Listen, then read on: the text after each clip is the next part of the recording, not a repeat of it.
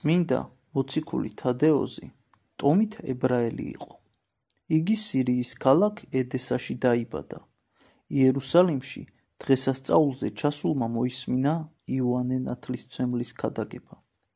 მისი ხელით მიიღო სინანულის ნათლობა და მდინარე იორდანეში, პალესტინაში მოინათლა. შემდეგ ნეტარმა მაცხოვარი იხილა და მას დაემოწაფა.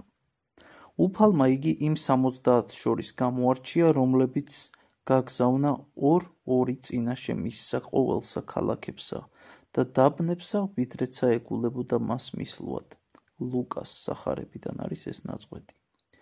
იესო ქრისტეს ზეცადამაღლების შემდეგ თადეოზი ქადაგებდა სირიასა და მესოპოტამიაში. ჩავიდა ედესაშიც და ქრისტიანობაზე მოაქცია მთავარი ავგაროზი, ხალხი და ქურუმები.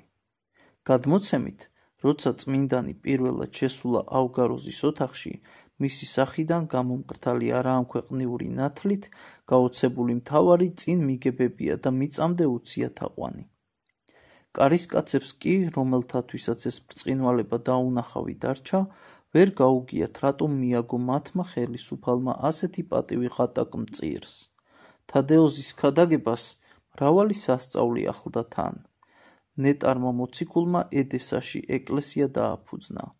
ავგაროს სურდა იგი უხვად დაეჯილდოებინა, მაგრამ წმინდანმა საბოძვარზე უარი განაცხადა და სხვა ქალაქებს მიაშურა ქადაგებით.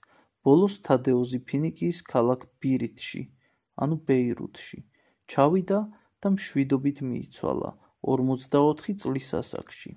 ეს ცნობა ამოღებულია სლავრული თვენიდან. სხვა წყაროების მოწმობით, წმინდა მამა ედესაში გარდაიცვალა. სომხური გარდამოცემის მიხედვით კი, მრავალგვარი წამების შემდეგ მას პიტაზის ოლქში מחვილით მოჰკვეთეს თავი 50 წლის 21 დეკემბერს.